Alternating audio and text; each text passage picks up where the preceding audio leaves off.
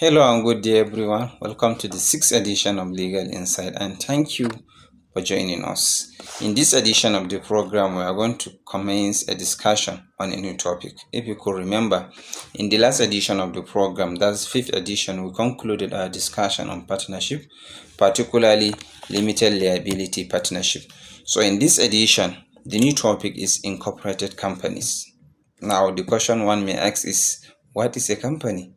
A company is a legal entity registered pursuant to the provisions of law regulating corporations, businesses, and enterprises in a country. In Nigeria, for instance, the primary and principal law regulating corporations, businesses, and enterprises is the Companies and Allied Matters Act, CAMA 2020. Now, a company under CAMA 2020 is one which is registered pursuant to the provisions of the law. Okay, now having defined what is a company, the next thing we are going to consider is the types of companies. However, before proceeding to discuss the type of companies, I think it is important that I provide some conceptual clarification on the meaning of some of the terms that I will be using in the course of our discussions. These terms are as follows. 1. Memorandum of Association. 2. Articles of Association. 3. Shareholders. Now, memorandum and articles of association are known as MEMAT. Even though they are two distinct different documents, in practice, they are being prepared as one. However, when it comes to filing with the CAC or when it comes to registering the company with the CAC, they normally provide two different columns for each of them. Now, memorandum of association, let's talk about it. It is a document that contains the following information. 1. The name of the company. This is the name that must have been reserved for you for registration by the CAC. 2. The proposed registered address of the company. 3. The object clause of the company. The object clause of the company contains a provision for the businesses that the company intends to undertake. Next thing in the memorandum of association is share capital. However, this share capital is not applicable to all types of companies because a company limited by guarantee doesn't have a share capital. Now, what is share capital? Share capital is the total amount of money that is put together for the operations of the company, and it is normally divided into shares. We are going to discuss that when we come to our discussion on shares by the grace of God. Now, the next item on the memorandum of association is the column where you indicate the names, addresses, and the shares held by the shareholders. Now, this is the content of the memorandum of association. On the other hand, the articles of association contains the rules, the regulation, the procedure that the company intends to carry out its operation. It contains a number of items. For instance, how the directors will be appointed, the number of directors, the quorum for board and AGM, provisions relating to account, declaration of dividend, and a lot of other operational issues as far as the operations of the company are concerned are contained in the articles of association of the company. These articles is just like a constitution of the company because the company has to operate in line with the provisions of its articles of association.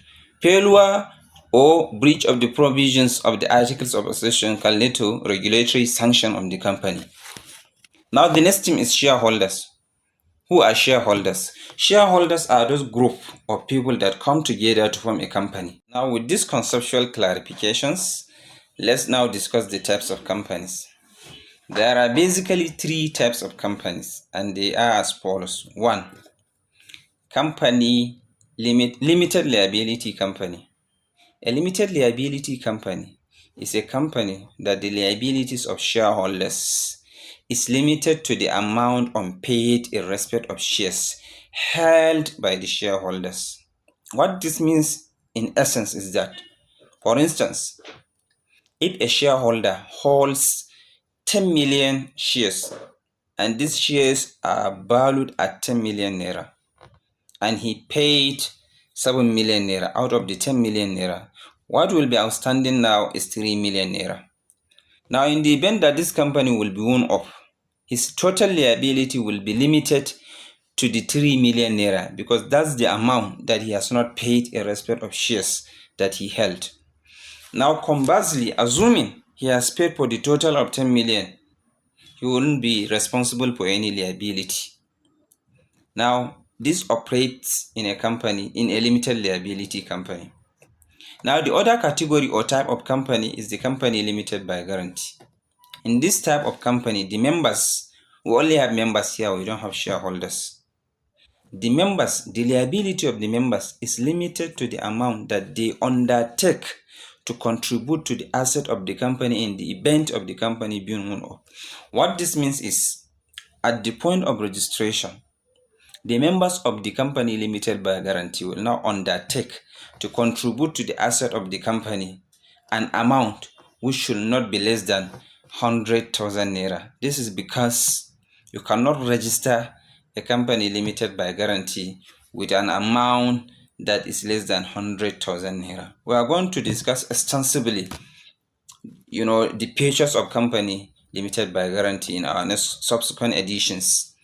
Now, the third type of a company is a limited company. This is Oga Kwata Kwata. The reason being that the liabilities of shareholders or members of the company is unlimited.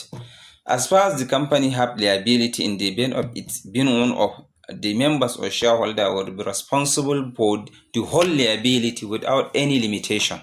That is why it is unlimited. Well, this brings us to the conclusion of this edition of Legal Insight. In the next edition, we are going to pick private company and extensively discuss its features and characteristics, why it is called private, what are things that are applicable to a private company, and if time permits, we are also going to discuss a public company, what are the things that are applicable to a public company, some of the regulatory bodies that have oversight powers on public company, what are the things that a private company cannot do while a public company can do. We are going to extensively look at those areas, so stay tuned for more interesting editions. As I can assure you, for now we are only saying the basics, we are only laying foundation. As time goes on, the discussion will be so deep and very critical. Thank you and God bless you.